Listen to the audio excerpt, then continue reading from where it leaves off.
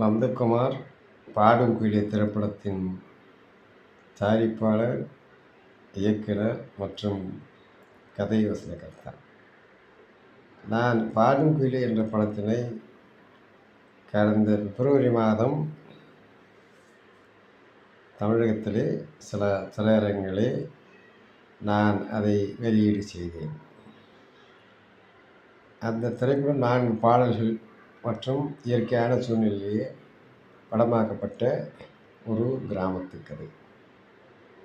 அந்த கதையை நான் மையமாக கொண்டு அதற்கு 4 பாடல்களை எழுதி அதையெல்லாம் நான் படத்திலே பக்குவமாக சேர்த்து கொண்டு அந்த திரைப்படத்தினை நான் இயக்கி வெளியீடு செய்தேன். மக்களிடத்திலே பெருளவுக்கு வரவேற்பு வர வேண்டிய திரைப்படம்தான் அது என்றாலும் குறைந்த திரையரங்களை என்னால் வெளியீடு செய்ய முடியும். ஏனென்றால் சிறுபட தயாரிப்பாளர்களுக்கு பல்வேறு தடைகள் இருக்கின்றன. திரைப்படத்தை வெளியிட வேண்டும் என்றால் திரையரங்குக்கு வாடகையோ அல்லது டிக்கெட்டுகளோ எடுக்க வேண்டும். அப்போதுதான் திரைப்படத்தை போடுவார்கள். பெரிய படங்கள் என்றால் ஷேரிங் என்ற அடிப்படையிலோ அல்லது எம்ஜி என்ற அடிப்படையிலோ பல வகையான வியாபார வழிகள் இருக்கின்றன. அதில் அதை அவர்கள் நிறைவேற்றிக் கொள்வார்கள். சிறு படங்களுக்கு பொறுத்தவரை இதுதான் உண்மை நிலைமை. அதுவும் மேலும் பகல் காட்சி மட்டும் கொடுப்பார்கள், இல்லை என்றால் இரவு காட்சி கொடுப்பார்கள். பகல் காட்சியை பொறுத்த மட்டிலே இன்றைக்கு இருக்கின்ற சூழ்நிலையில் பெரும்பாலும் வேலைக்கு சென்று விடுகிறார்கள்.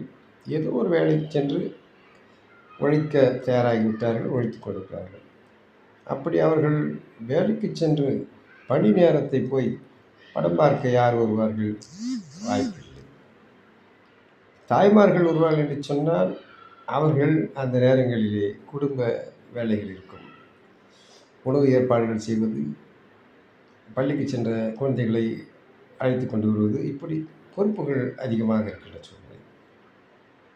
அப்படி அவர்கள் படம் பார்க்க வேண்டும் என்று ஒதுக்கினால் சனி ஞாயிறுகளிலே ஒதுக்குவார்கள்.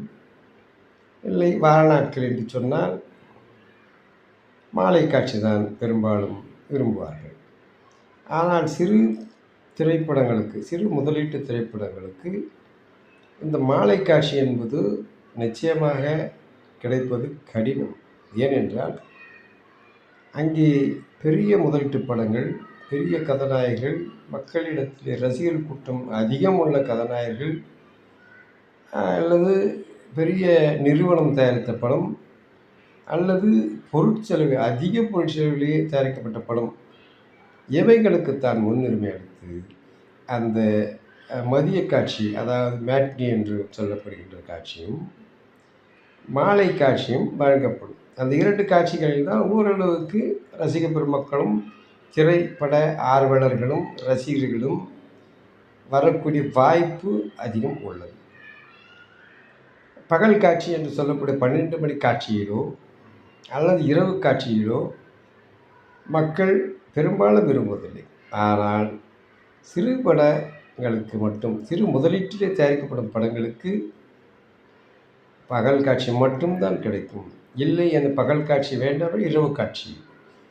எங்கே கூட்டம் வராதோ, எங்கே ரசிகர்கள் வரமாட்டார்களோ அந்த காட்சிகளை ஒதுக்குவார்கள்.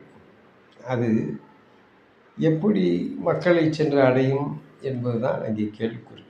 ஆகவே சிறு படங்களுக்கும் சிறு முதலீட்டு படங்களுக்கும் மாலை காட்சியோ அல்லது இரவு காட்சியோ அளித்தால் ஓரளவுக்கு அந்த சிறு முதலீட்டு திரைப்படங்களும் திரை ரசிகர்களை, சினிமா ரசிகர்களை சென்று அடையும் என்பது என்னை பொறுத்தவரையிலே நான் அறிந்து கொண்ட, நானாக அனுபவத்தால் தெரிந்து கொண்டு ஒரு உண்மையாகத்தான் கருதுகிறேன். ஆகவே எதிர்வரும் காலங்களில் சிறு முதலீட்டு படங்களுக்கு மாலை காட்சியும் மற்றும் ஈவினிங் 6 மணி ஷோ அதையும் வழங்க வேண்டும் என்பது என்னுடைய விருப்பம், என்னுடைய வேண்டுகோள் என்று கூட நான் சொல்கிறேன்.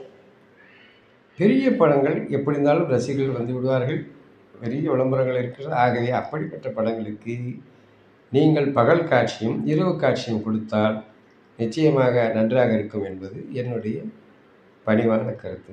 ஆகவே சிறு முதலீட்டு தயாரிக்கப்படும் படங்களுக்கு பகல் காட்சி இரவு காட்சியை தவிர்த்து மற்ற 2 காட்சிகளை கொடுத்தால் சிறு முதலீட்டு படங்களும் ஓரளவுக்கு தங்களுடைய முதலீட்டை தயாரிப்பாளர்கள் எடுத்துக்கொள்ள வழிவகை செய்யும். அதே நேரத்திலே மற்ற வியாபாரங்கள் என்று சொல்வார்கள், எஃப்எம்எஸ், சேட்டலைட், டிஜிட்டல், யூடியூபி, நெட் என்று பல வகையான மாற்று மொழிக்கு கொடுக்கிறது. இப்படி பல்வேறு விதமான வியாபாரங்கள் இருக்கின்றன. ஆனால் அனைத்து வியாபாரங்களும் ஓடிடி கூட சொல்லலாம், அனைத்துமே சிறு முதலீட்டு திரைப்படங்களுக்கு நிச்சயமாக கிடைப்பதில்லை. அப்படியே கிடைத்தாலும் அவர்கள் கேட்கின்ற தொகை என்பது மிக மிக குறைவானது, மிகவும் குறைவானது. அதுபோலலாம் அந்த தொகைகள் மிக குறைவான தொகை. அந்த தொகைக்கு அந்த திரைப்படத்தை அந்த தயாரிப்பாளர் கொடுப்பதை விட தானே சொந்தமாக யூடியூபில் அதை போட்டு கொள்ளலாம். மக்கள் வரவேற்பு நிச்சயமாக படம் நன்றாக இருந்தால் யூடியூபில் கூட பார்க்க போகிறார்கள்.